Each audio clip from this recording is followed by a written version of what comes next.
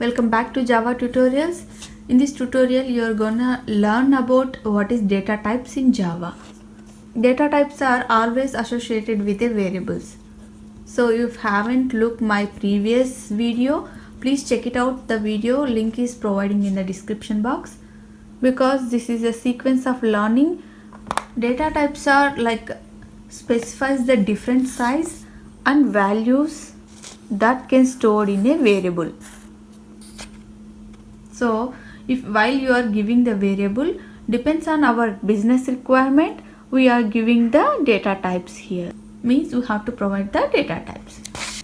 Broadly we have two data types in Java. One is primitive data type, other one is non-primitive data type.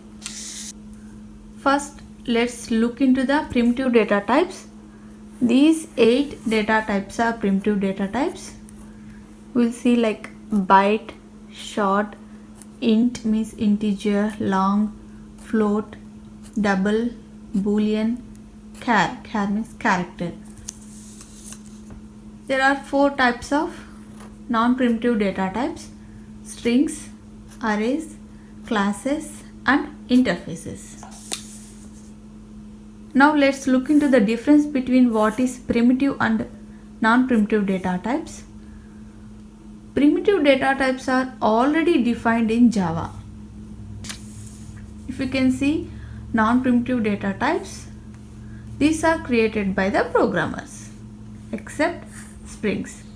Springs already supported by Java, but except Springs a programmer need to create. These non-primitive data types used to call methods. Those kind of operations we are not gonna perform with data types, means primitive data types. These non-primitive data types we will see in OOPS concepts, means object-oriented programming concepts. In this tutorial we will see primitive data types. The first primitive data type is byte. The size it occupies 1 byte and stores whole numbers starting from -128 to 127. These byte, short, int, long data types useful to store the whole numbers, means no fraction numbers. Using bytes we can save the space, means it uses less memory, right? It only uses 1 byte. Now let's go on to the second data type, short. It occupies 2 bytes and it stores these numbers, again whole numbers. The size of the short is smaller than the integer and it saves the memory just like byte. Now let's see integer data types.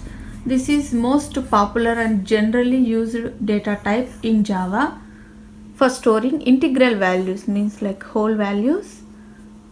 This integer occupies 4 bytes and it stores the numbers, more numbers than short and byte. When we use long data type, means when we need long storage or long range of numbers, we will go with this long, because when we go with banks or any organizations or companies, we definitely go with the large range, means this data type. So far we have seen only for whole numbers. Whole numbers means there is no fractions. This float and double is useful for storing fractional values. Float is like similar to integer in respect to bytes and storage value. Double is like similar to long again, but only difference is it stores the fractional values. Again depends on the requirement, we will choose the float and double. Now let's go on to the 7th one, boolean. Boolean means it returns only true or false, means it stores only the value true or false. The size of the boolean is only 1 bit. The last data type is character, that is like char, char. Be careful with the words and spellings. All the keywords already defined by Java. So finally last one is char. Char is used to store characters and ASCII values. That's all for today's tutorial. We'll see more examples in the next video. Meanwhile, keep practice and happy learning.